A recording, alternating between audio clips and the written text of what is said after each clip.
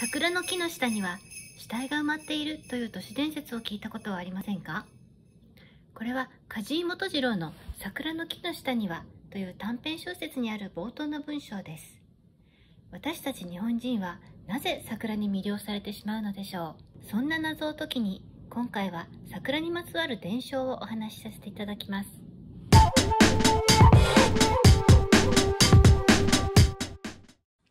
忍者と一緒にジャパニーズカルチャーを学ぶ忍者カルチャー TV。こんにちは、くのいちの鏡と申します。今回は桜の木について楽しく学んでいきましょう。小泉八雲の怪談集に乳母桜というお話があります。昔々、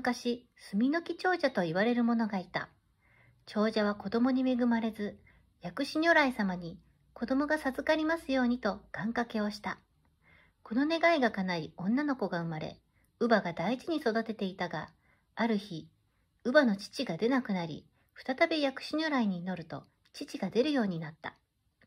そのお礼に本堂を建立したといいます。これが愛媛県にある大宝寺です。娘は成長し、15歳を迎えた頃、重い病気になり、乳母は自分の命と引き換えに娘を助けてほしいと薬師如来に祈りました。その甲斐あって、娘は元気を取り戻しましたが、乳母の体は衰弱し、お薬師様との約束だと言って薬も口にせず、お薬師様のお礼に桜の木を植えてくださいと言って死んでしまった。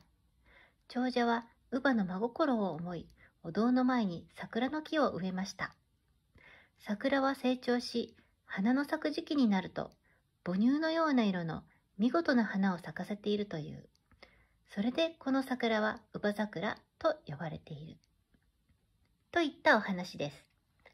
この乳母桜の伝説にもあるように、桜には死と再生にまつわる話が多くあります。桜は人の骨を吸って育つといった言い伝えや、根元には鬼が住んでいるという恐ろしい伝承もありますが、確かに満開の桜の美しさとは裏腹に、死を連想させる見事な散り際を思うと、そう信じさせるものが確かにありそうです。桜と死体の話で思い出されるのは、花咲じいさんの昔話です。正直者のおじいさんが犬を連れて山に行くと、ここ掘れワンワンと鳴く。掘ると大判小判が出て、それを見ていた隣の意地悪なおじいさんが犬を借りて掘ると、お化けや蛇ばかりが出るので、怒って犬を殺してしまう。正直なおじいさんは泣いて犬を埋めると、そこに桜の木が生えて花が咲き、おじいさんは花咲じいさんと呼ばれました。誰もが知っているこの昔話でも、犬の死体を埋めたところに桜の木が生えるのは、桜が死と再生の象徴であることを示唆しています。桜が満開を迎え、咲き乱れる姿は、まさに生のエネルギーのシンボルです。特に桜は見事な散り際と相まって、再生力の強い木と信じられてきました。花を飾るのは山の呪力を移し、一家の繁栄や健康、農作物の収穫などの幸福を願ったのです。桜の木は江戸時代まで不吉なものとされていました。桜の一番の美しさはその儚さにあります。しかし江戸時代まではその散りゆく様が死や物事の終わりと結びつけられ、マイナスイメージを持たれていたようです。昔から桜は死者の慰霊樹としてよく植えられてきた背景があります。そのために霊的なイメージを持たれることが多くなり、怖いと感じる人が増えたようです。古くから日本では桜は寿命が短くて縁起が悪いとされてきました。これは古事記に記された桜を生んだ女神、この花の咲くや姫が短命だったために生まれた俗説です。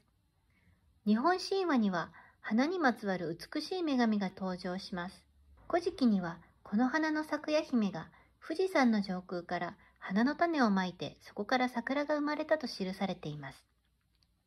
この花の咲くや姫は木の花が咲き匂う姫という意味です。ちなみに桜の名前の由来はこの女神の名前から取ったとされる説もあります。この桜の神に求婚するのが天津彦彦穂のににぎの命です。稲穂が豊かに実るという意味の稲穂の豊穣の神様が桜の花の神と結婚するお話です。このお話は山の桜を稲穂の神のよりしろとして、その花に神の意志を見ようとした稲作民族の信仰が反映したとも言われています。この花の桜姫は山の霊力の神格化であり、それは桜によって象徴されているのです。桜は日本人に最も馴染みの深い花と言っても過言ではありませんよね。そもそも桜とはどういう意味かご存知でしょうか。桜の語源にはいくつか説があって、有力な説によると、桜はさと蔵の合成語で、さはもともと神に関わる言葉であり、神聖なとか聖なるものを意味する古語とされています。蔵は神様が座ると書いて神蔵、神のいる場所の意味とされています。つまり桜は神のよりしろであって、その花は神の化身と見られていたようです。だから私たちは桜に神聖なものを感じるのかもしれません。桜の他にもさのつく言葉は多くありますが、さという言葉はもともと笹や竹、稲などの葉っぱを揺らす風の音を表しています。つまりさは神が降臨する時の音であり、神が来た時の印であったと言います。昔の人々にとって神様はまず音で聞くものでありました。目ではなく耳を通じて神に出会うとされています。夜こそが神が訪れる時間であったことを考えれば当然のことで、闇の中にかすかに聞こえる笹や稲の葉っぱが擦れる音に昔の人は神の訪れを感じていたのかもしれませんね。今回のジャパニーズカルチャーは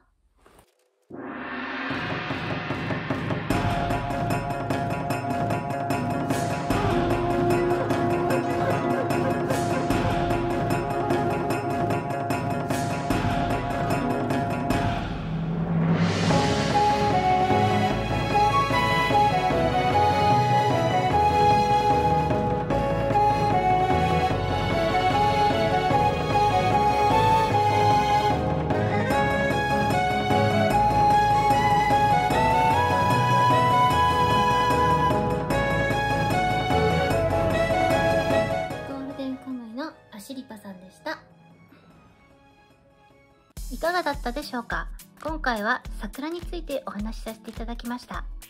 このチャンネルは忍者文化の保存とジャパニーズカルチャーの発展に貢献し、文化の理解を深めることを目的としています。忍者、民間伝承、呪術、都市伝説など幅広い分野のジャパニーズカルチャーを伝えていく予定です。面白いと思っていただけたらグッドボタン、チャンネル登録をよろしくお願いいたします。あなたの地元に伝わる忍者の言い伝えやイラストのリクエストなどがありましたら、ぜひコメントで教えてください。では本日も動画を見てくださってありがとうございました。また次回お会いしましょう。